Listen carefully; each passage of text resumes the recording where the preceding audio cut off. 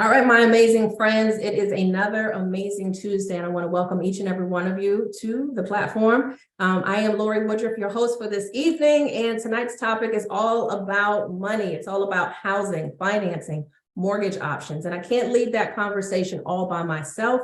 So we got to make sure that we have the best of the best in the house to make sure that you all are getting proper information. Tonight's topic is all about the state of the current mortgage industry. And I think in light of everything that's going on right now, I think we're due to get some fair, straightforward, honest information from someone who can give us this amazing information. Now, I've been a mortgage loan officer when I first got started in the mortgage industry. So when I transitioned out of being a mortgage loan officer, it was very important for me to make sure that I am connecting my clients, my trusted clients, with someone who will be able to be honest with my clients, to be responsive to my clients, and definitely make sure that they have a great experience, if not nothing else. And I found a gentleman who does that, and I've been hanging out with him for a couple of years. So definitely anybody who, if I refer you to someone that's within my network, I've worked with this person and I trust this person. So I wanted to make sure that I introduce today Mr. Bill Saunders with Caliber Home Loans. Not just any loan officer, but he is the top branch manager in the Maryland area. So when you're looking for someone who's top ranked, noted by Washingtonian Magazine as a top mortgage professional, that's the gentleman that you're going to be talking with tonight. So I'm honored that I get to have one of my preferred mortgage lenders on the line that's going to lead us in a discussion on what's going on with the mortgage industry. So, Mr. Bill Saunders. Lorie, listen, that's a very kind introduction. I appreciate that. And for me, it's an honor to be here with you simply because, as you mentioned, we've been working together for quite some time. I think it's been about 7 years now that we've been working together. I remember when I first met Lorie, she was teaching classes for Prince George's County Pathways to Purchase. Was it around that? I don't know if it was Pathways, but it was a program that they were offering. And I signed up to go get the class, and Lorie and I met and we hit it off right out of the gate, and just had a lot of mutual respect for each other. And the relationship has really grown since then. It started off as a, just a friendship, and then it's turned into this professional friendship where we work so well together. And I think, quite honestly, as we share that same ingredient, we both care about people, right? And I know when Lorie sends somebody to me, she's sending them to me with that confidence, knowing that I'm going to take good care of them. And I also feel a lot of pressure from that because I know how much Lorie cares about her clients. Yes. That means that I have a high level of accountability to not just the client, but also to her, to make sure that the client's being treated fairly, respectfully, and appropriately throughout the transaction. And that encompasses all levels of the transaction, as far as communication is concerned, delivering and meeting expectations, and educating the consumer through the process as well. You got it. Yes. So if you say 7, I'm just, okay, it's 7 years. I think it's been 7. It's been about that long. I'm thinking in my head. I don't know exactly, but 7 seems about right. 5 to 7 in that window.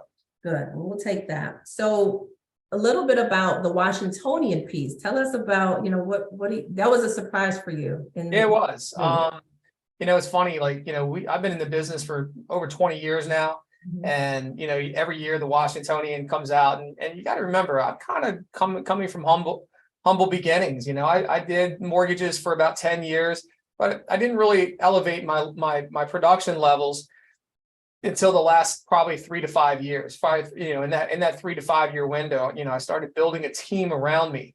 And when I say building a team, I mean like hiring some of the most incredible support people that I could find. Yeah. And that the implementation of those people around me has really allowed me to scale my business to levels that I never thought would be imaginable. So when the Washingtonian names somebody as a top mortgage professional in their community, it's based on a lot of different criteria. It's based on the same customer service, but it's also based on loan volume and how many consumers you're helping, how many people you're helping to become homeowners. And again, without my incredible staff, I wouldn't be able to help the volume that we're able to assist without them. And, I've got and Lorie, you know my staff really well. You have an amazing team. And when I started out as a loan officer, it was just me and the processor. That was it. So who was on your team that makes this so huge? So I've got three really incredible ladies in particular that, directly support me and our customers and our real estate partners. I've got Beth Swope, who's been with me for about 6 years now. Beth is 74 years old. She's been in the mortgage banking industry for 43 years. And she is just another arm of me. She allows us to help, make sure that we're delivering outstanding customer service to everybody. Yeah. And she works on the back end of the file in some cases. Sometimes she works the front. She's a little bit of a jack of all trades in some cases, right? Then I've got a young lady named Emily Estevez, who's been with me for 5 years now. She's 26 years old. And I always laugh because for 26 years old, for falling into this job right out of college, she was working as a barista in a coffee shop when I brought her into this industry. And she is somebody who is on the fast track to becoming a real major player in the business. She's already there. She's just doing some really incredible things right now, and she works with a lot of consumers on the front end, in particular helping with credit repair, which we're going to talk about that as we go through this conversation as well. And then I've got my processor Yvette. Yvette is just a tireless worker. Again, the key ingredient here with every member of my team is that we all care. We care about our clients. We care about our reputation. We care about our real estate partners. We care about our community.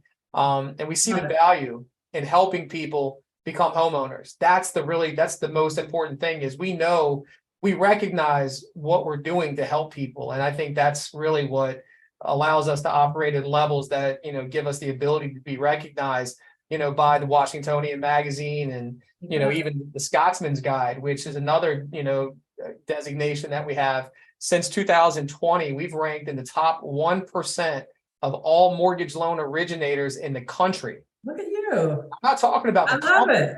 I'm not talking about our company. I'm talking about our team. That's amazing. Yeah, it's pretty neat. So it's a really nice thing to be able to say, and I'm proud of every opportunity and for designation and recognition that we receive. Yeah. And I really do feel like it's all of us. It's not just me. I'm the front man.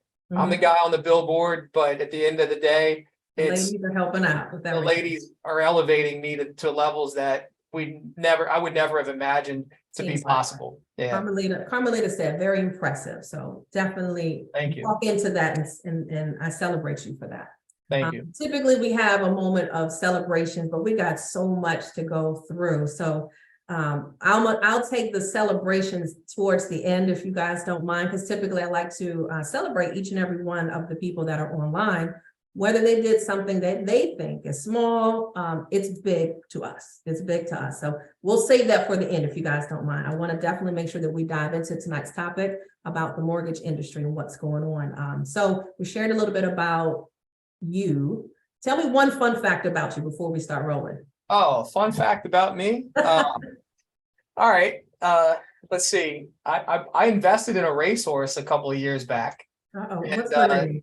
And the racehorse's name was Authentic. And when I invested in the racehorse, he'd only run one professional race. So we really didn't know exactly what we had. That racehorse went on a nice little stretch where of about 11 races where he just kept winning and winning and winning and finishing in the top 2, top 3, and eventually earned himself a bid to compete in the Kentucky Derby. Look at you. You got yourself a top horse too. And he won.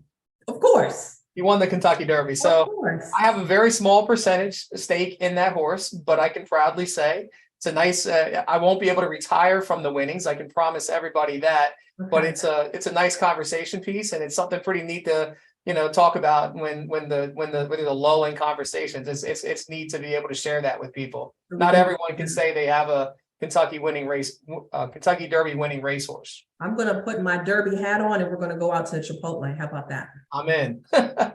How about that? All right. So let's talk about the industry as a whole. We know a little bit about you. We know you're amazing at what you do, and we know the clientele and the realtors that send you business. The most of your business comes from real estate agents, right? It does. Yes. Okay. So when someone is bringing you a client, tell me what a typical day looks like for you. Oh, it's a lot of text messages. a lot of Facebook private messages from real estate agents introducing me to potential buyers, prospective home buyers, a lot of emails, a lot of phone calls. I can honestly tell you that my day typically starts around 8 o'clock in the morning. When I say that, I'm up earlier than that, but that's when the phone starts ringing. And it typically doesn't stop until 8 p.m. at night, 8:30 at night. You know, again, it's a steady barrage of referrals. And I'm so blessed and fortunate to have a network of real estate agents in our community who think so highly of me that they're willing to continue to refer clients to me. So one thing I don't do, you know, I work hard, but I don't get mad at my paycheck. You know what I mean? I understand there's opportunity here, and it's, you know, anybody can complain about how much work they have to do, but it's such a rewarding job that it really, you know, it doesn't warrant any complaints. And to be honest with you, there's a lot of other things that could, you know, could be worse. I get to work in a climate controlled environment.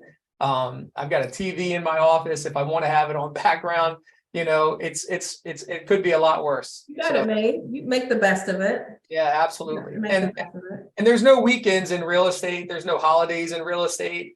You know, we feel like we're on call, you know, 15 hours a day. And that's a real, you know, that's a real description of what an average day of a loan officer looks like. I mean, and that's just dealing with the prospects of new buyers that are coming in. That's not even scratching the surface on the clients who we currently have under contract or are trying to go under contract, or we're trying to get their loans cleared for closing. So like I said, it's not a problem by any means. And if anyone ever described it as a problem, it's a great problem to have. A lot of work going on. I was showing one of our clients a house this weekend, the couple, the Jacksons. I was showing them a house this weekend.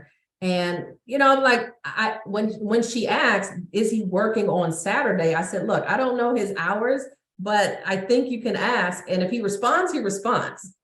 But, you know, I know that you are pretty faithful of even getting stuff done, even on a Sunday when I needed to get a pre-approval letter and a cost estimate, because being in our space as real estate professionals, we don't wait until Monday. We can't just wait every time, because time is of the essence for our business and our clients. Right. If something is needed, we kind of need those numbers, because it could make or break a deal. So we are at the front end, and I think you understand how severe it is. You know, I know you've been interrupted at dinner. I know you've been interrupted in meetings, and just to get something done. So I thank you for that.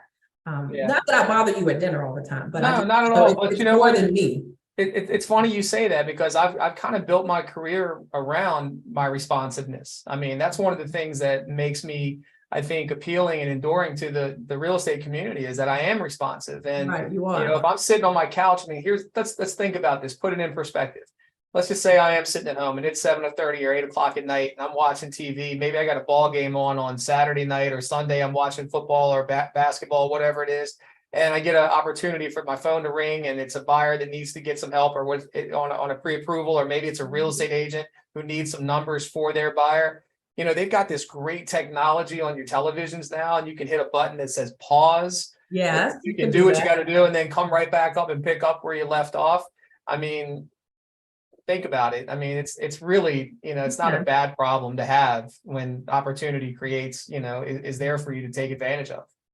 So we've got different conversations. So typically, as a real estate agent, when I'm speaking first, the first step is not just let's go out and look at properties. The very first step is let's talk to a mortgage professional first, because my car does not go vroom, vroom, vroom until we get the absolute numbers and approval from you as a loan officer. So when that person first calls you, how are you walking that client down the road of getting pre-approved? Like, what does that call look like when somebody's ready to start their home search? So that's a really interesting question, because there's an evolution in our business that's changed in the last 5 years, right? So, you know, early in my career, it was, you know, hi, Mr. and Mrs. Smith, you know, I'd love to help you with your home purchase journey.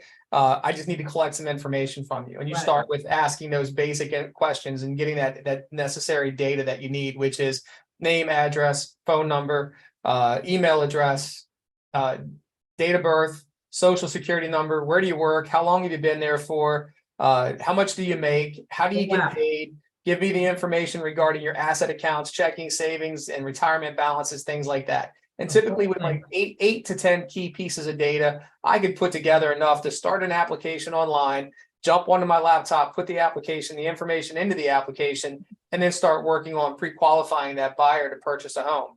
But now, fast forward a few years, now what we typically do is we want to instruct the consumer to visit our website and complete our application, right? Now, the reason we like to do that as mortgage professionals is because it makes it a lot easier for the consumer to give us their information than us to try to figure out, did I write something down wrong? I don't want your information written on a piece of paper floating around my office all day. Your social security numbers, a lot of security involved in collection of that private information on a consumer. So we encourage people to go online and complete the online application. Now, typically once the application, but I do give every consumer the ability to ask me any questions that they have about the process during that initial consultation before they complete the application. But the reality is a lot of the answers that they're looking for, I can't give them until they fill out the application. So once they've done that, then I'm notified pretty quickly, either myself or Emily, who I mentioned earlier. We get notified immediately once the application's completed. We jump in the file, we review it. And what we're looking at, Lorie, is again, it's that those key critical points of data. We're looking at credit scores first. We're looking at employment and income information. We're looking at assets, and then we're looking to the credit report to identify what their actual consumer debt that is reported on the credit report is showing, and as far as balances and monthly payments, because that helps us to derive at a sales price using a formula or a calculation called a debt to income ratio. So we look to that to, kind of figure out what we can do to help that consumer. And then once I've had a chance to review that, now I've got a pretty good idea as to what type of loan program, what kind of loan product, what kind of interest rate might be applied to a consumer application. And then we schedule kind of what we're doing right now. Yeah, I love the fact that you do those. The fact that you sat in on those. Included me on it as their real estate agent. I love that. Yeah, so we get on the phone, we get on a Zoom call, or we meet in person, which doesn't happen as much as it used to, which is great because I tell everybody Zoom technology is the greatest modern day invention since air conditioning. I can meet with 5 or 6 clients a day and just stack those Zoom calls one on top of the other and go over the application process with the consumer. And here's the most important part. I said earlier that a lot of times you can't tell people what things, what interest rate or what program or what their payment's going to be until you have all that necessary data. So when we're on this Zoom call, I call this my discovery period. That is. It is. And it's an opportunity for me to share with the consumer what we're looking at from a mortgage banking industry and underwriting, position. But most importantly, it gives me the opportunity to interview my client and discover what their financial goals are in this mortgage transaction, in this home purchase, so that I can kind of work backwards to make sure that I'm giving them the payment goal that they desire, letting them know what that's going to equate to on a sales price, and then also go over the numbers with them as far as what their financial expectation might look like. So let's talk dirty. All right. Let's talk about what people really need to know about 3 digits, 3 special digits that get people hemmed up and wondering, what does my credit score need to be to get started with you? Yeah, so it's funny you mentioned that. When you think about credit, let's go ahead. I'm gonna jump in. I'm gonna do a quick screen share with everybody, right? Let's talk about let's talk about credit, because that's going to be a hot topic that people got to get over that first. Right. Yeah. So almost every consumer has, they typically will ask me, like, what's a credit score requirement for a mortgage loan? And quite honestly, it depends, right? It depends on what? It depends on what kind of loan program you're going to be utilizing. Is it a VA loan? Is it an FHA loan? Is it a USDA loan? Are we talking about conventional financing? Are we talking about any kind of programs that involve like down payment assistance, whether it's Maryland Mortgage Program, DC Open Doors, VHDA, HPAP, which is really popular right now? There's a lot of different, things that go into that. So we'll talk about that later. So when we look at credit scores, I'm going to circle back to this as well. One of the things that typically comes up, and this is a huge differentiator in my business versus I think a lot of my competition, a lot of lenders out there, they don't spend a lot of time working with people who might not be ready to purchase now, right? Maybe they have some sort of obstacle. Maybe they've got some derogatory items on their credit. Maybe they've got something that's kind of preventing their credit scores from being where they currently are to where they need to be. And unfortunately, and Lorie, I want you to really talk about this for a second. They stop there. Like if there's no instant gratification, like we live in this microwave society where everyone wants it now, right? If they can't help somebody right now, that's where the buck stops. They don't continue to work with that client. And how often do you see that as a realtor, outside of me? That they typically won't take the time. So that's why, credit repair services are booming, because they have to take the work over. Right. Now we offer some services to a consumer, and we do it free of charge. And we do it from a position of what the mortgage banking industry is looking at to help a consumer to be considered to be eligible for mortgage financing. And we've got these programs. We spend a lot of money on this really exclusive software that allows us to analyze a consumer credit report and then provide that consumer with some suggestions and a strategy and a game plan that's going to help them to improve their credit scores, right? So here's an example, and I've redacted all of the personal information so that this particular consumer, because this is a real live example of something that happened a few months back. As you can see on the credit report, we've got a buyer here that came to me. They had 3 FICO scores, Experian, TransUnion, and Equifax, that ranged anywhere from 532 to 572. Now, typically we need at least a 580 as a minimum, but the opportunity really increases for approvability of a loan, lower interest rates, all the things that make a loan worthwhile for a consumer once their credit score hits 640, 620 in that range, right? So if you look at this credit report on your screen right now, you'll see those 3 scores, 532, 562, 572. But underneath of that is the opportunity or the potential for score improvement. And you see I've got an 85-point opportunity for improvement, a 48-point opportunity, and a 95-point opportunity. So again, look at this credit report date, August 19th, 2022. Let's fast forward to what we fixed them after we gave them their plan and put them on that path towards improving their scores. And you'll see here, we're just a few months down the road, right? And now look at the scores, 653, 654, 623. They're ready now.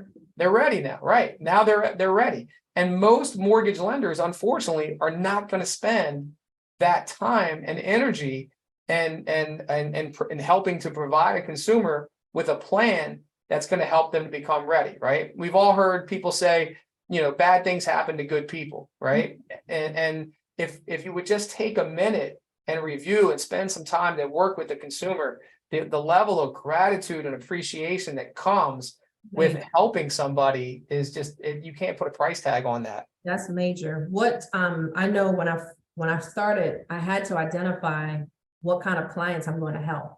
So back towards 2009 and 10, I started working specifically with folks that had less desirable credit. Right. And I can tell you, when they get their credit repaired and they do what they were supposed to do to get these kind of results or better, oh, they will love you for life. Not only will they love you for life, show them how to do it. So Lorie, here's something that I've learned. Not only will they love you for life, but they become an advocate for you for life. Yes. They become a member of your sales team. Right. They're out there telling their friends, their family, their coworkers. They go high to the mountain and preach about how great of a job that you've done for them, right? So that's good to your realtors as well, you professionals that are out there. You know, definitely the credit scores that are 680 and 700, everyone's not going to walk in your door with that. So you have to take a look and see how you can differentiate yourself as a real estate professional on what can I do? Well, start focusing on people who have the 530s, who have the 480 credit scores. Life happened, whatever it was. But if you showed them how to get connected to someone like Bill, to at least starting to get into some kind of path of remedy, you will have referrals for the rest of your career. We never say no, we say not right now. And then we put in a plan to help people. So here's an example in the same exact scenario, right? Well, you see what magic we did with helping this client with their credit. Now, if again, you look at the bottom of the screen, it shows there's still some improvement opportunities there, right? Mhm. So now while we can get their loan approved, I might be able to get them a better deal. I might be able to get them a lower interest rate with higher credit scores. Lower interest rates are going to lead to lower payments. Lower payments are going to give me some more wiggle room where debt ratios are concerned, which could increase their purchase power, right? So how do we do that? So in this scenario, we're trying to figure out how can we get this client to a 680, maybe even a 660, because that's where the sweet spots live in these 20-point increments where credit scores are concerned, where rates can be impacted positively or negatively for a borrower, right? Yeah. So if I want to get them to a 660, we were able to, with only using $326 to pay down an existing debt for that consumer, we can get their score to a 660 again, $326, pay down the balance on a credit card, and there's a 97% likelihood that that buyer score will go above a 660. Now, I know for a fact from this example, he spent the $326. He asked me, what about a 680? So I said, all right, so if you want to get to a 680, it's going to cost you $2,613 to pay down the balance on that same account. And by doing that, your interest rate might get 0.25% better. Well, that client immediately said, you know what, I don't have an extra $2,600. So we're just going to ride with 660, and that 660 FICO score got him a more provable loan, a better interest rate, and it got him into a home that he didn't think that he was going to be able to purchase otherwise, because the previous lenders that he worked with told him, well, they didn't tell him anything. They just didn't call him back. Once they saw his credit score began with the number 5, he ended up in their trash can, and they never followed up with him. And he said to me, I will never forget this, what makes you so different? He was tired by that time. He was done. He didn't want to talk to me. Right. I had to really bring him in and encourage him to even give me the ability to have the opportunity to work with him. Yeah, I love that. One of the questions that came up was about the accountability. So when you give them, I guess, their assignment on what has to be done, how is the accountability and follow-up to make sure, over those three months or so that they're doing what they need to do? Well, and that's a great question. And Lorie, you mentioned earlier that when you first got in the business, it was just you, right? You didn't have the bandwidth to take on all these clients that you were working with to help elevate them to a level that they could be considered eligible, right? Same thing happened to me. It wasn't until I was able to hire people around me to operate as a team that I could kind of delegate some of those assignments to. So the young lady that I mentioned earlier in the initial call, which is Emily, that's a lot of what her, not all of, but that's a good part of her, responsibilities, is that she works with our clients and she does follow up with them. And here's a sad reality. Not everybody follows the path that we put them on, right? Sometimes they regress. We see that happen too. So I'm not saying that we're going to have 100% success rate with everybody that we pull a credit report on. We can tell people what they need to do, but sometimes it just doesn't, they have to still be a part of their own success. And you have to want it. Yeah, but what Emily does is she does reach out to the folks that we're working with, and she says to them, hey, just following up with you. We spoke 30 days ago. She sets a calendar reminder to follow up with them in 30 days, 60 days, 90 days. And then that way she's, reaching out to them just to make sure that they're doing what they're doing. And again, the accountability side of it really is the big component that allows us to convert some of those clients into allowing them to become homeowners. I love it. Question came up about hard pull versus soft. Tell us about that. It's always going to be a hard pull. From a mortgage banking side, if you're applying for a residential mortgage loan, I don't know of anybody in the industry that does a soft pull. So just kind of keep that in mind. If anyone tells you it's a soft pull, I wouldn't believe that. I think you're not being told accurately. I think maybe people aren't forthright in some cases. There's a lot of less than scrupulous people, unfortunately. Just say they're being lied to. They're being lied to. It's going to be, exactly. It's going to be a hard pull. All right. It's going to be a tri-merge report. You're looking at all 3 credit bureaus. We look at all 3 credit bureaus. And the reason we do that is industry guidelines and standards require us to use the middle of the 3 FICO scores. And in most cases, the scores are all going to be pretty close. You may have a client with a 680, a 690, and a 700. You're going to see that. Occasionally, we will see a client with a 610, a 690, and a 750. I mean, and that's kind of weird when we see that, because there's some inconsistencies there, and it typically is kind of an alarm to us that something is taking place that maybe hasn't caught up on the bureau level with all three bureaus yet. But we're typically going to be looking at a tri-merge report, and we're going to use the middle of the three FICO scores. All right, so 580 can get me into a home, but if I need a down payment assistance, what does that score look like with your firm? Yeah, you're looking at a 640 FICO score, depending on the program. Okay. Maryland Mortgage Program is the one that we're going to talk about today. Most of them are, whether it's Maryland Mortgage Program, DC Open Doors, or VHDA, which is the Virginia version of it, down payment assistance, they're all going to require at least a 640 FICO score in most cases. Now, there's some other criteria that has to be met. There's income limits based on where you live, where the property is. And that's based on household income. And then there's also some debt to income ratio restrictions. But as far as the actual, programs are concerned, 640 is typically what you're going to be looking at from a FICO score requirement for any sort of down payment assistance. Okay. And again, we'll help people to get their scores up so that they can be eligible to receive that. All right, so that's that magic number. But even when I hear that, I still think, let's get you higher than that. Let's not just kind of skirt in by 641, because anything could change in the wrong time, and it could take it below 640, even when you're in processing. Yeah, we want to leave no doubt. We want the underwriter to look at the file and say, thank you. Thank you. I like that. Like, why are you we don't want the underwriter to look at it and go, why are you asking me to approve this loan? We want to remove all the doubt from the equation. So I remember prior to 2020, there was down payment assistance all out there. It wasn't a problem. Deals were probably 30 to 45 days in closing. It wasn't a big deal with our industry. During the pandemic, it was such a frenzy with so much going on with hurry up, sellers want a quick close, and some people were waiving home inspections, and they were just doing so much just to get the house. Now that we've pulled out of that, we've seen increase of house prices, increase of rates just a bit, since the pandemic started. And now we see the return of down payment assistance now back in place. So I'm going to share about the down payment assistance from 2020 versus 2023. Yeah, I'm going to share something with you guys, and I'm just going to use the Maryland Mortgage Program as the example that I'm going to share with you right now. I'm seeing something that I've not seen in my entire career. And I'm talking 20 plus years of doing thousands of loans for thousands of home buyers, and I have not seen this before. So let's talk about down payment assistance. And again, I'm going to use Maryland Mortgage Program. Then I'll get to the anomaly that we're seeing right now and how it benefits a consumer in today's current market.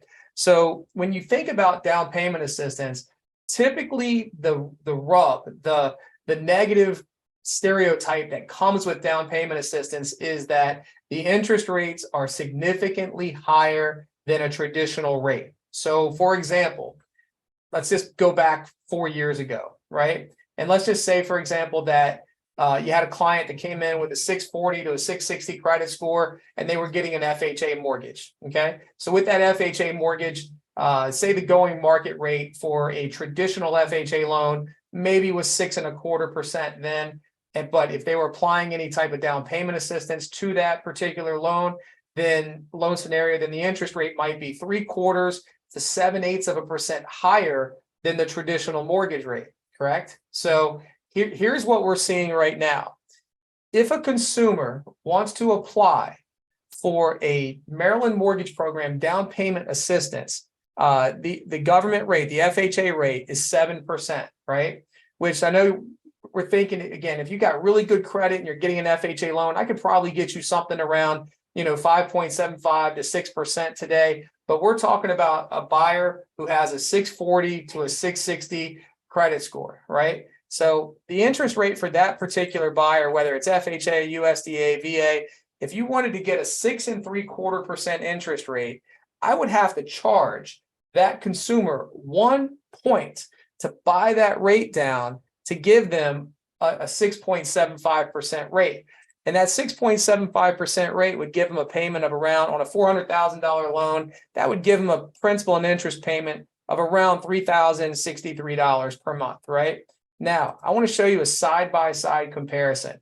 Again, this is a 645 FICO score, 640 to 660 FICO score buyer purchasing a home in today's market, utilizing FHA financing as their loan program at a $400,000 sales price. That borrower who's purchasing with a traditional FHA loan is going to get a rate somewhere around 6.75, 6.875%. They're going to have a monthly P&I, principal and interest payment of $25.47. Their closing costs we know are going to be about 4%. You're going to subtract their earnest money deposit. And if they're lucky enough and they've got a great real estate agent like Lorie who can negotiate 3% closing help for them in today's market, then that means they might need $17,000 estimated, give or take, at settlement. That's your traditional FHA mortgage. So if you're that same buyer that I'm speaking with, I'm going to immediately take them to Maryland Mortgage Program. And I'm going to say, look at this. You can get a $400,000 loan, same sales price, debt ratio. I'm down payment 3.5%, 14 grand. We know that. It's compared to the traditional. It's the same. Interest rate, it's going to be about the same, give or take, which means that the principal and interest is going to be about the same. And we know the closing costs are going to be about the same, right? Here's where things get crazy. We're going to deduct that EMD and we're going to add in the same 3% seller help. And then we're going to apply that 4% grant, which is $16,000. That same buyer is going to have the exact same payment and interest rate, but the difference is going to be their funds due at closing. What do you think that buyer is going to go with? $17,000 out of pocket, or are they going to come to the table with $1,000 in the down payment assistance loan scenario that I'm showing you right now? I'll take the Maryland mortgage for $1,000, please. Yeah, and then you're going to save $16,000 to furnish your house, give yourself a little bit of a cushion in the event that you need it. So many things that you're going to be able to do in this scenario that you wouldn't be able to do otherwise. So again, this is if you have a buyer in that 640, 660 range. We are really highly suggesting everybody. We're really trying to educate our customers and let them know about the products that are available. And again, not every mortgage lender is the same. Not every mortgage lender has access to these type of down payment assistance programs, and therefore they sell against them because they can't offer them, but they still want the loan. So they're not really looking out for the consumer's best interest in a lot of cases. Right. And I would say in this economy right now, cash has always been king. So even if a client said, hey, Lorie, I have $25,000.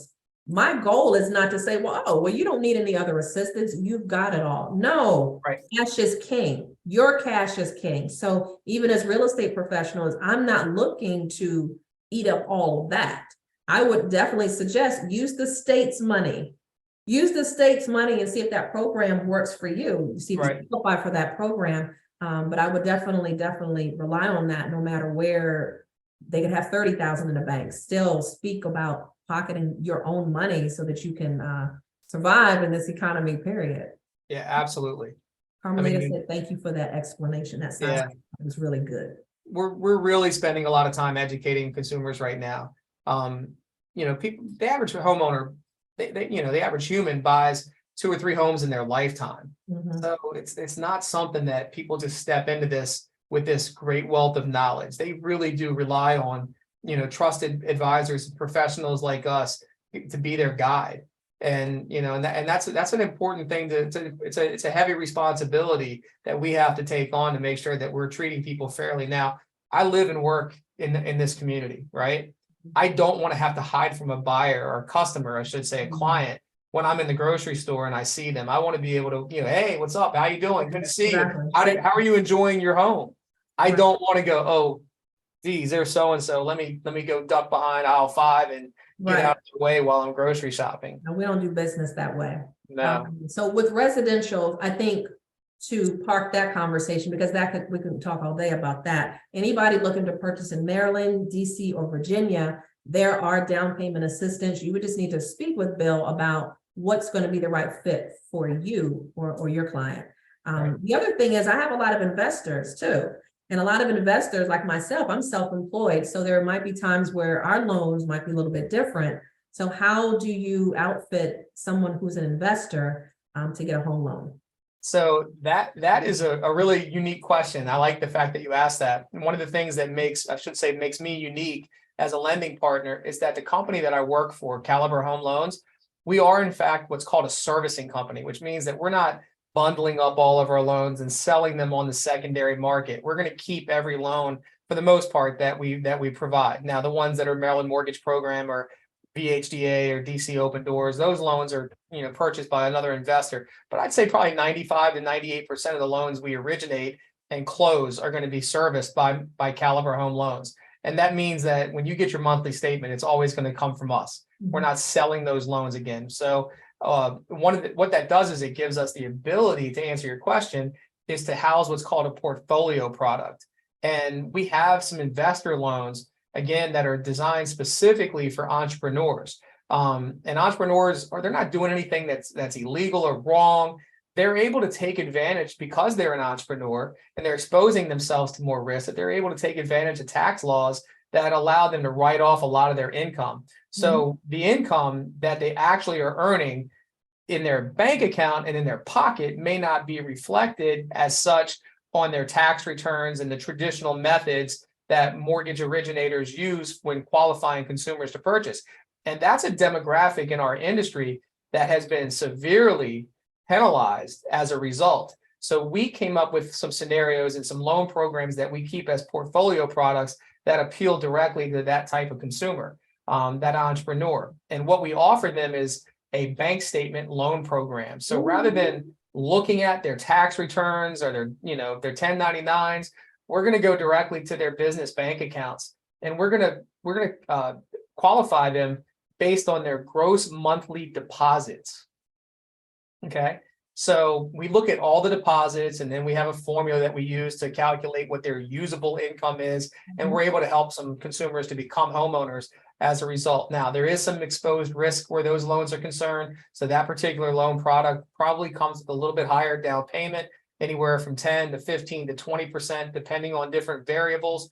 But it certainly opens up an opportunity to help certainly an underserved demographic that maybe wants to become a homeowner, but they can't because they just don't have the tax returns to present what would traditionally be used as qualifying income. So 10 to 20%. The kind of scores that entrepreneur would need would be at least minimum what? We're 660. Not too bad. So entrepreneur was 660, not bad. And that rates range? They're going to be about a 1 to 1.5% higher than a traditional interest rate. Okay, cool. In most cases. Yeah, Gotcha. they do come at a higher rate. I mean, and that's just the cost of doing business in some cases. I mean, look, I had a client recently that, when he had applied for a loan with, a traditional bank or mortgage company and was told no by like 3 or 4 people. He ended up coming to me. I was able to get him pre-qualified and pre-approved for a loan. And then when we started going over the details, he said, "What's your interest rate?" And I told him. And his mindset was that the rate would be the same as everybody else's rates with the traditional loan products. And he said, "Wow," he goes, "Bill, man," he goes, I'm really glad that you're able to help me, but your rate is awful high." And I said, quite honestly, it just kind of, I don't even realize that I said it. I didn't mean it to sound disrespectful in any way, and it wasn't meant that way. But I said, "Well, how's no sound? Because everybody else has told you no. I'm telling you yes. This is the cost." Straight up with him. Yeah, straight up. This is the cost to get to yes. And his response was, "Yeah, I hear you." He goes, "You're right." Need to be spoken to a special way sometimes too. Right. Yeah. So we ended up getting him a loan, and he now is a homeowner, and he's very happy with the house that he bought, and he knows that he's paying it at a premium. But he also understands that he's able to take advantage of some of the tax loopholes that a lot of us W-2 employees don't have. Right. Yeah. So you can't have it both ways, right? Yeah, it's got to be some give and take somewhere. But I think if you know that bank statement program is there, then entrepreneurs don't have to worry about, well, what do I need to do to convert? I have to get a W-2. I have to get a job for this. So at least you have that. How far do the bank statements need to go back? Either 12 or 24 months is what we're looking at. 12 to 24 months. 12 to 24 months. Yeah, there's a lot of it depends that falls out, depending on the specific criteria that we're also looking at, credit scores, down payment. These things have an impact or a decision in how far we have to go back. Sometimes we only want to go back 12 months because, as we've all seen, the pandemic hurt a lot of people Mhm. So those 12-month bank statement programs can look a lot more favorable than a 24-month bank statement program because we're using an average over that period of time. True. Are you gonna be looking at like all of my debits on my bank statements, I might just because I'm being nosy. Right. And then what is this secret house that you got $54.99 from, Lorie? No, I'm You're the writer teasing. gonna ask me about all my purchases on my debits? No, I'll be honest with you. I was joking when I said that. I like to work efficiently. So typically when I'm going through bank statements, I got a yellow highlighter out and I'm just going through and adding up all the deposits because that's really all that we're focused on. That's all you care about. All right, cool. So when investors are purchasing a home, one of the things that I don't think a lot of investors know about is if they're buying an investment property, anything up, let's say to 4 units, Mhm. that investment property has a rent schedule that's attached to that appraisal. Correct. So how does that help them with qualifying for an investor loan when, it's going to be an investment property? How does qualifying look for an investor? So I'm going to share with you just a story that I found. I see it happening more and more frequently now. Mhm. I think we're going through a period of what I would refer to as the accidental investor. Okay. And let me expound on that a little bit and I'll explain. You have a home buyer that purchased a house during the pandemic, right? They bought he or she bought the home. They got themselves a low rate, 2.75, maybe 3.5, somewhere in that range. And they got this incredible interest rate and they are absolutely in love with the rate. They're in love with the payment, but maybe they're not in love with the house, right? Maybe they want a different type of home. Maybe they need a bigger home. Some life changes they're experiencing, having more kids, needing to move for whatever reason. But they got this low rate and they know that what has been rising in the last couple of years, Lorie, what do we see? Rents, right? Everything. Rent, inflation, everything is going up.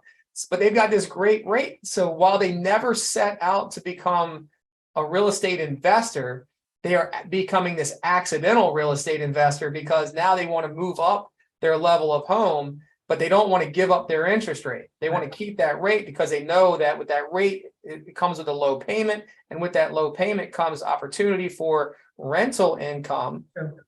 And they don't know if they can qualify because they think because I already have a house, that means I can't take on another mortgage because now they're going to count both mortgages against me and calculate into my debt to income ratios. So what we're able to do in scenarios like this is if we can get rent comps in a community, right? And let's just say you have a buyer with I'll just use and say they've got a $1,400 a month mortgage payment, right? But their rent comps say that they can get $2,200 a month in rental income from that. We're going to take 75% of that total rent income, and we're going to utilize that to offset the existing mortgage payment. So that allows that same buyer to be able to qualify to buy another home, buy the home that they ultimately really want, keep that property as an investment opportunity, and then have multiple homes and also have a revenue stream that's coming in that's just going to help them build more wealth throughout their life, right? Mm-hmm. So you do have a schedule, because I've had someone come to me and their first initial gut was, I want an investment property, where they haven't had their primary home first. Right. So in a case where a first-time buyer is coming to you and they're excited, they've gone to their webinars and seminars all around the county, and they're like, I want an investment property first. So what do you say to that person logically? Would that be the smart thing to do first? No, I teach them about what's called, it's a term we use, it's called house hacking, right? Mm-hmm.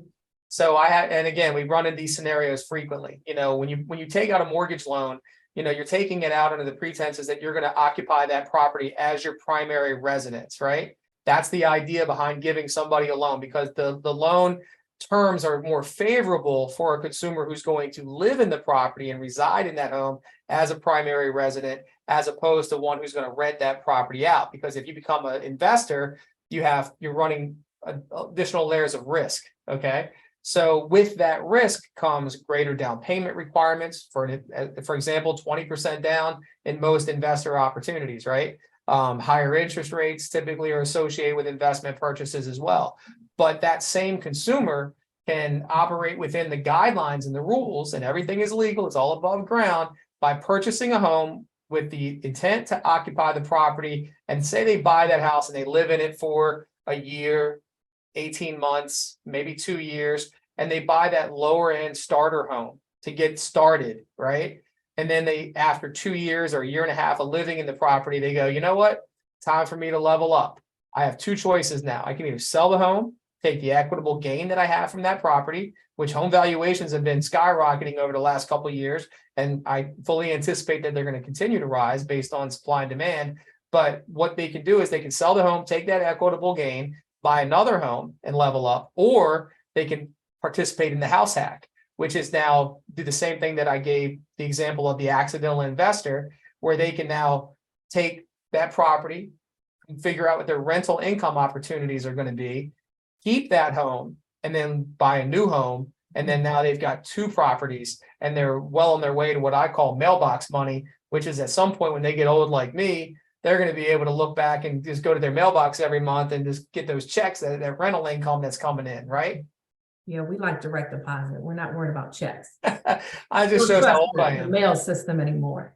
Exactly. So it just depends on the situation, but you have to really speak with each person to see what their goals are. Right. You know, and where their money is to even determine, can I buy an investment property first? Or, you know, if they're really limited on cash, then probably being a primary home first would be the goal to get started. Right. Got it. And again, the investor loan is not as favorable for a consumer because they have to put 20% down as opposed to putting down a smaller amount down, and also having a lower interest rate, more favorable terms, but then living in the house for a shorter period of time and then leveling up to that next one. So that's the reason why, you know, we promote the house hack for a consumer that has long-term goals of becoming an investor by starting as becoming a primary residential homeowner and then becoming an investor through the house hack. Move your way up. Yeah, I've got Yeah, one of my good girlfriends is on the line. They've been doing a lot of rental property. Shakita, she's been doing not only just residential, but she's moved her way up to commercial as well. So I know she's getting some ideas. So if you guys have any questions, make sure that you are chiming in. And I want to make sure that you have your time as well if you have some specific questions that you wanted to ask Bill. But last thing I wanted to ask you about was your comparison and what your thoughts are. We've got people who are in a mindset of, I'm just going to be a forever renter because of how things are going with the mortgage industry. So what do you say to that person that is, hey, my rent went up to $2,500, but I'm still going to stay here because the mortgage industry is blah, blah, blah. What do you say to that? You know, interest rates, you know, people have kind of gotten this misconception that rates are high right now. But when you look at rates historically, they're not. We're about where we were before the pandemic. So what the problem is they've been comparing today's rates versus pre-pandemic rates. Yeah. And that's creating a little bit of a, you know, just it's not exactly it's not reality, to be truthful with you. You know, so when you think about interest rates, people are still thinking, well, they're so high and they're terrible and rates are so bad. But, you know, when I first got in the business, rates were 12%. They were as high as 17, 18% prior to that. So we've seen, you know, rates kind of stable throughout my career, somewhere between 6.5% and 7.5%. And that's pretty normal. So we're still between 5.75% and 6.5% to 7% right now, which isn't historically, it's not bad. It's actually where the rates typically should be. Now, when I have a customer who is concerned about rates and they say, well, the rates are so high, you know, I think I'm going to wait for them to come back down, right? Yeah. Several things pop into my head then. And the first red flag and trigger for me is, well, you know what's going to happen as soon as the rates come down? It's going to be like the running of the bulls in Spain. You and everybody else out there is going to be racing to buy a house. And then go back up. Right. And when that happens, it's going to create bidding wars. You're going to lose opportunities where closing cost assistance is potentially being offered to you that you can get now that you might not get then. So you're kind of putting yourself in a bad spot. And then their natural, you know, reaction to that is, well, what if I buy a house today and, you know, at 6.5%, you know, that still seems like such a high rate. And I'm like, well, what if you wait and next year the rates go to 7.5 or 8.5%, right? What if? We don't know because there is no crystal ball. No. So if the rates go to 8.5%, you got a 6.5%, man, you're the smartest guy on the block. Mhm. You get to brag to all your neighbors, right? But your rent, it will keep going up every year. Exactly. The rent's going to go up, right? But here's the best part of it. So you get a 6.5% rate and say fast forward a year from now, and the rates drop to 5.5%. You get the refi, but you still bought the house. Right. And you probably bought a house at a time where you can get some seller assist as well. So now you've gotten down payment assistance, seller assist, an interest rate that you could refinance into a lower rate in payment. And you're winning the game from all angles. Every aspect of the transaction is a home run. Mhm. So how do you lose there? And when people talk about interest rates, the one thing that I can tell you is history is a good predictor, right? We all know that we can look back historically and kind of see what happens. And the one thing that doesn't cheat is the Federal Reserve. We know what they're going to do. I call it the if and then, scenario. So they have what I refer to as the playbook, the Federal Reserve playbook. And we know that the buzzword in our economic industry right now has been inflation. And we know that in periods of inflation, the Federal Reserve is going to raise interest rates to fight inflation. It works as a cooler, right? It brings inflation numbers down. And we also know that, and we've seen it by the rise in interest rates. But the other thing that we know is that in periods of recession, when we're in an economic recession, and the definition of a recession is it's a period of like temporary economic decline, which trade and industry activities are reduced, and typically the GDP is going to fall for two consecutive quarters, right? Guess what? By definition, we're in a recession. We got that covered. Right. And again, straight from the Federal Reserve playbook, the Federal Reserve is going to lower interest rates to help in a time of recession. So we got this weird thing going on right now between inflation and a recession, where it's kind of combating each other. But once inflation comes under control, we're going to see interest rates drop. So if you as a consumer are on the fence about whether or not you want to buy a house, you can wait and see what happens and continue to rent. And, depending on some other, geopolitical data and other news, the rates could go up. And if they do, you lost. Maybe you missed your opportunity. It could be over with for you at that point. Now, the other opportunity is that if you buy now, you get the benefit of buying a house now in this current market, which is you're incentivized by a lot of great things like down payment assistance programs. You're incentivized by seller concessions as far as closing costs are concerned. And we know that if the rates get better, you can refinance into a lower rate, lower payment. Yeah, I love this environment better. 2020 and 2021, I simply hated it for my clients. I hated it for all real estate professionals. The listing agents were having a ball, but for the ones that were just like, can you please look at our offer, please?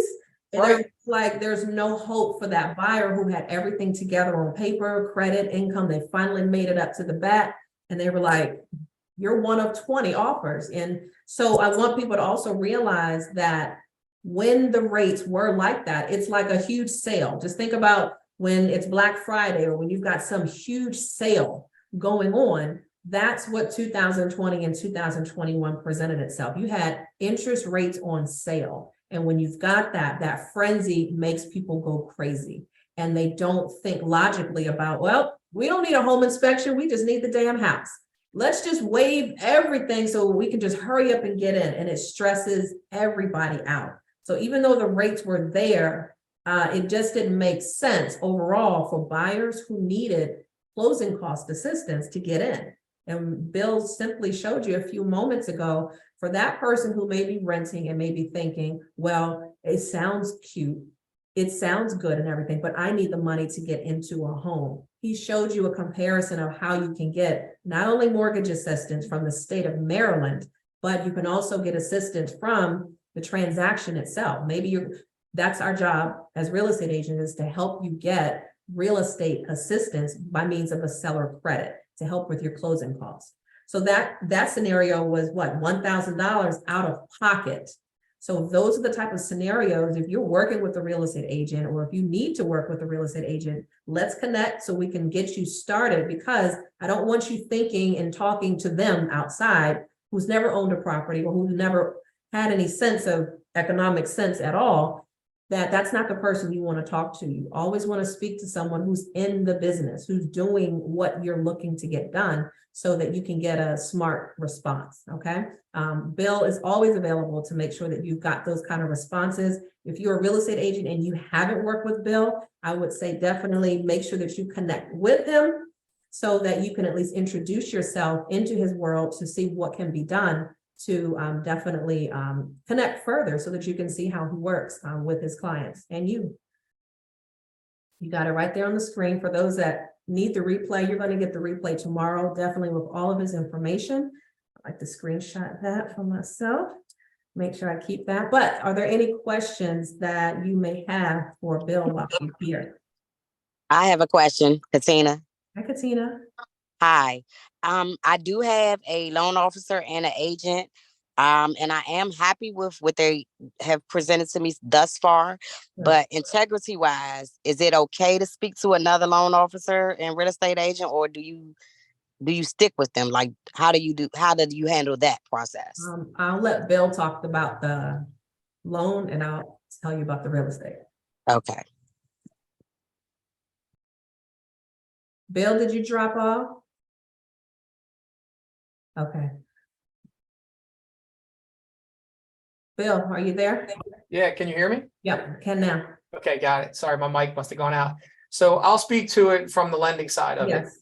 You as a consumer, Katina, you should never be penalized to be a good consumer, right? So even if you're just comparing notes, right? When you find a property, talk to another loan officer, we're going to have to pull a credit. It's going to have to happen again. So that has to occur.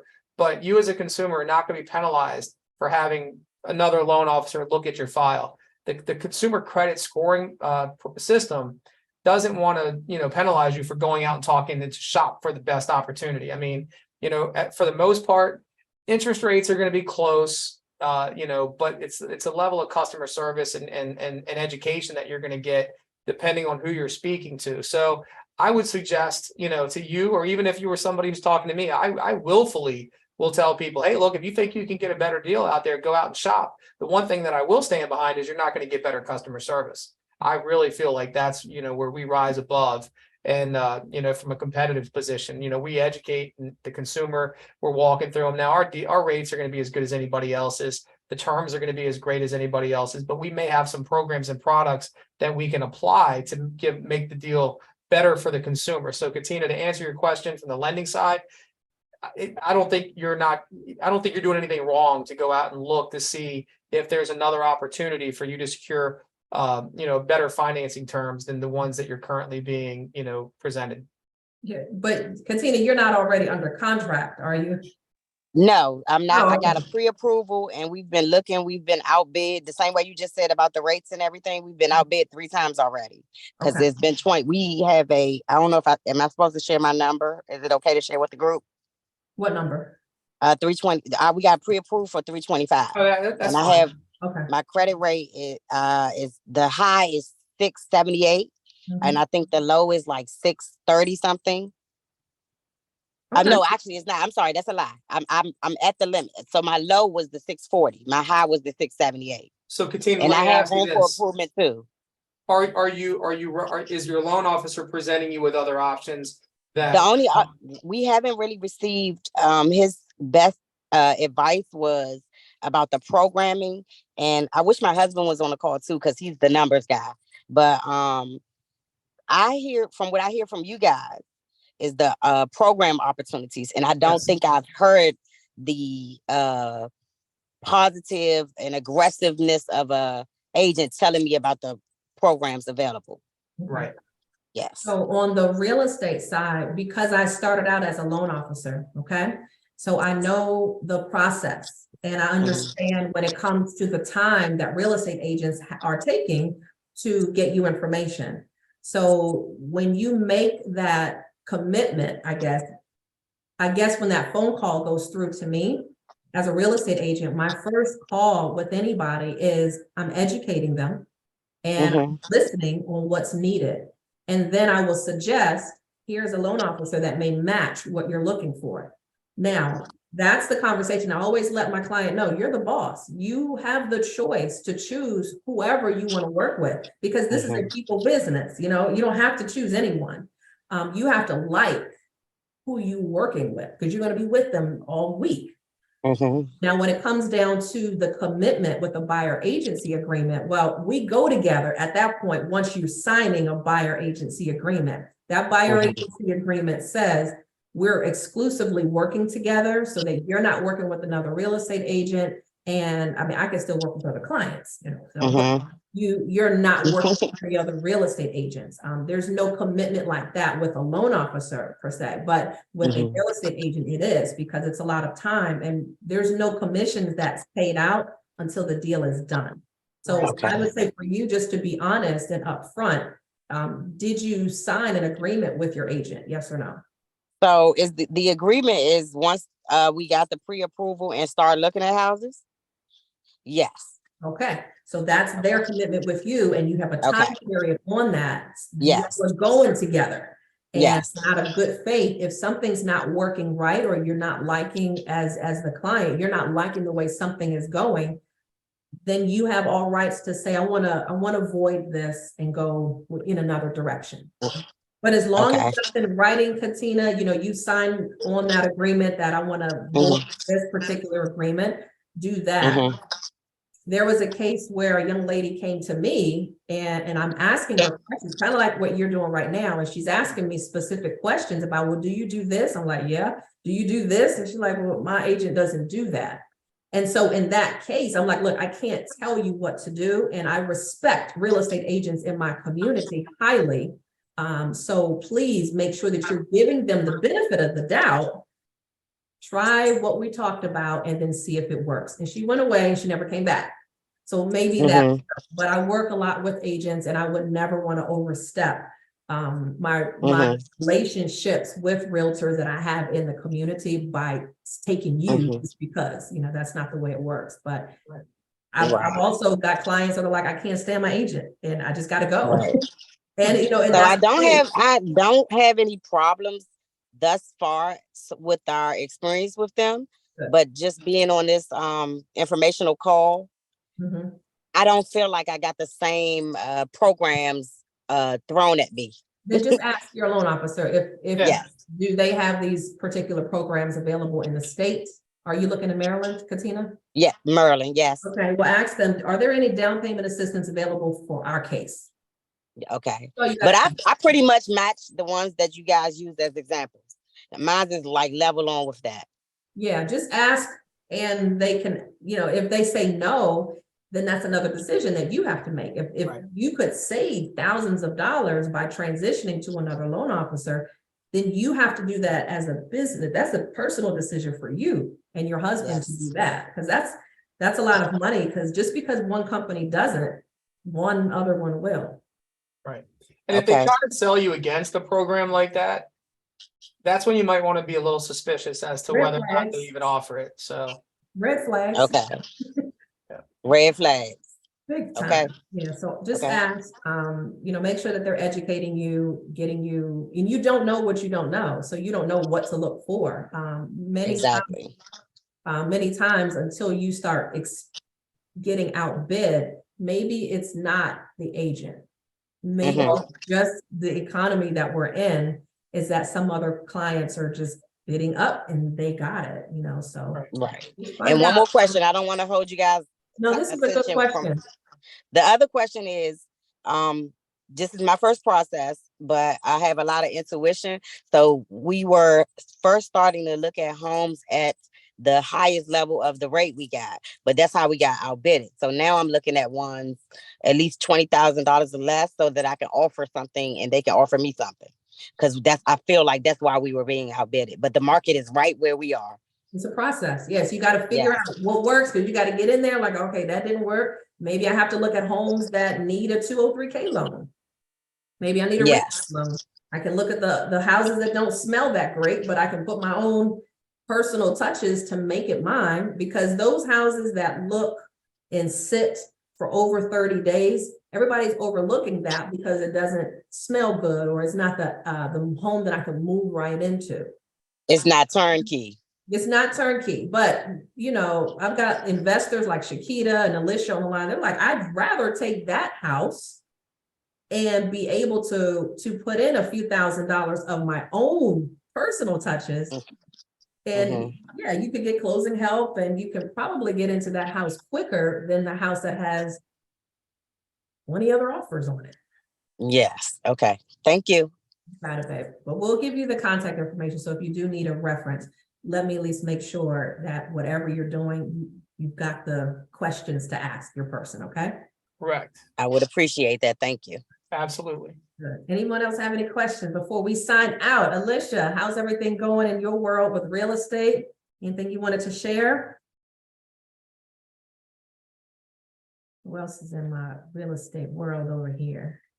Hey Lorie, it's Shakita. Can I say I'm so glad that I got on this call because I was about to string my hand around a couple lenders or necks because it's like they don't want to work with entrepreneurs. They want to work with W-2 employees because they're easy. And I get it. It's a lot of paperwork when it comes to us. And I'm like, look, this is just yeah, it's I a am lot an of entrepreneur too, and because they did well with that process. it's a lot of paperwork because we have multiple properties and I know it could be a headache, but I mean, I just feel comfortable with Mr. Saunders. I haven't even met him or spoke with him. For somebody that can vouch for us, and it's a program that for us, the taxes are fine, but the bank statements are fine and dandy as well, because other loan officers, they're like, oh, well, you need to do this and do this. I'm like, okay, well, I don't know all the answers. The paper is in the paperwork, but I can give you the number to the CPA. They don't even want to do that. I'm just like, okay, so you're just like the other one. So click, or I'm not calling you back. And like, people shouldn't be in this space if you just want the easy way out. Same things with agents. Like, you should be able to work with people that have credit problems because they're going to be your longest customer in the long way, because this is not going to be the last house that they're going to buy with you. You're 100% correct. And I think you just have to ask, and especially because you're in the real estate industry anyway, you've got to be able to have those relationships up front when you don't have a property and just find out how they work, how they talk, and how you vibe with them. Because there are some people I've cut off of my preferred list because they got a little bit beside themselves as far as they feel that they were owed everything. I was like, you've got to earn this business. And if they're not speaking the language that you like, Shakita, then you have to interview them and just say, thank you. It was nice knowing you, or, hey, I'd love to do business with you. You'll know when you speak on the phone with them, but speak with them on the phone when you don't need them. Okay? Because that way, at least you can start asking more questions without being under a stressful type situation. At least you can understand who they are and how they work. Tell me about your team. How do you work? You know, how do you follow back? Do you typically call back, email? Like, how do you respond back to me when, you know, all those kind of questions that you as a consumer need, ask them up front. Right. And then they started, it was a red flag, was speaking to you all tonight, because all of them said soft pull. That's why I asked that specific question. Is it a soft pull or hard pull? And usually I'm thinking with a loan officer, they want to see your credit report in detail. A soft pull doesn't really give you all of the information that you may need. I didn't even know that. I didn't even know that. That's a lie. Yeah, soft pull is not going to give them what they need for a mortgage, not for a mortgage report. Right. Cool. Love it, love it, love it. Alicia, did you want to share something about what's going on in your real estate space? I think she's here, but not here. I think she's can't hear us. I'm not sure what's going on. I understand. I'm here. Hi, Alicia. Hi, how are you? Doing great. Good. What was your question, Lorie? Superstar Keller Williams. She is in the top 10 of her agency with Keller Williams. Do you have any opinions about anything that we've been talking about today, or anything about the economy, or what you've been seeing with your clients over the last year?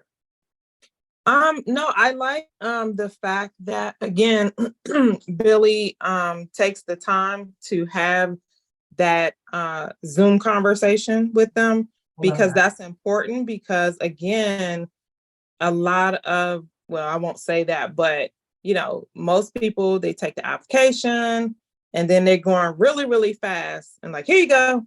Yes. And then that's it. And the client is like, but I don't even know, What like she they said. don't know anything. What did They he just just have a say? pre-approval letter.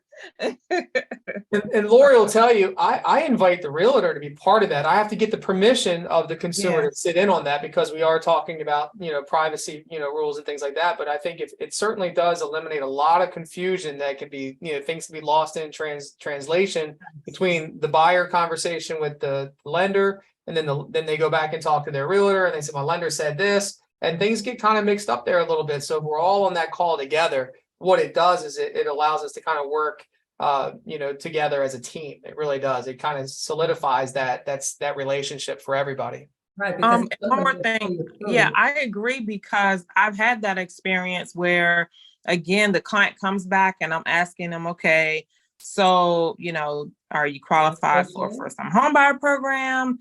Your credit score, is it good? And I'm asking them all these questions.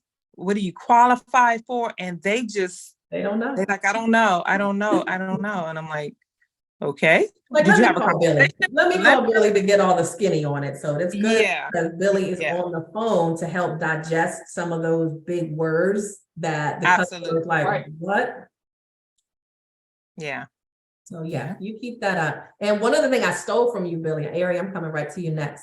One thing I stole from you, which was good with accountability, is that follow-up. You use Google Calendar to make your next follow-up appointment. So I use that now. So when I have to do a 30-day follow-up, I now go into Google Calendar and set the appointment like today. So it's already on the Google Calendar. Yeah. Thank I you. wake up every day and I've got appointments that are set in my calendar that were made 6 months ago in some cases. Yes. Where I opened up the appointment, I go, I don't recognize the name all the time. I'm gonna be honest with everybody, but I look at the notes that I have from when I set the appointment for myself 6 months earlier. And then I'm able to go pull the file, look at it, look at where they were at the time that we last spoke, look at the notes, which were typically the instructions on what we're advising the consumer to do. And then when I get on the phone and I talk to them, we're right there. We're picking up right where we left off. It's good. I like that. So I stole that from you. Ari, you had a question. Yes, I do. So, for Mr. Bill, Yes. okay, so Lorie knows that I'm going to be selling my house soon. I've been her baby for the longest time. But anyway, Yes. and then hopefully within the next, I would say 6 months to 12 months, I'll be purchasing again, through her soon. So any advice, for the both of us or for me, and will I qualify for any, programs again? Because it's been over 7 years since I purchased from my initial first time. Okay. So to answer that question, quite honestly, is it depends. I really need to have that initial conversation with you, direct you to my website, and I would advise that you do not complete the application and allow us to pull credit until you're within, a 6-month window before you're ready to buy. And now our credit reports are typically good for 120 days. So you might ask me, why would I pull my credit 6 months ahead of time? Because if there is anything that's on your credit report that needs to be addressed, you want to give yourself a little bit of time to do that in the event that your window is to purchase within 6 months. Okay. So when you're ready, when you're about 6 months away from initiating the process of knowing, hey, this is when I want to get the keys to my new house, let me take a look at the credit report. Allow us to follow up with you, do the Zoom call. If you're ready now, then we're going to direct you down that path towards moving towards the pre-approval by collecting the documents that we need to substantiate the pre-approval: bank statements, pay stubs, W-2s, tax returns, driver's license, things like that. And if there is anything that needs to be addressed prior to issuing the pre-approval, we now given ourselves adequate time to touch on those items that might need some extra attention. And that's where you'll see really where the magic happens, where we're concerned. You'll get to work with Emily and myself to help get you in position to be considered eligible, but not just eligible, but also eligible for the best rate terms and programs and products that might be available to you. Okay, thank you. You're very welcome. So she's selling a home in Maryland, and from that, you'll take the proceeds from there to use as a down payment on the next house. So I guess the question that I want to know also is, do you see people who just sold a property getting down payment assistance through the state?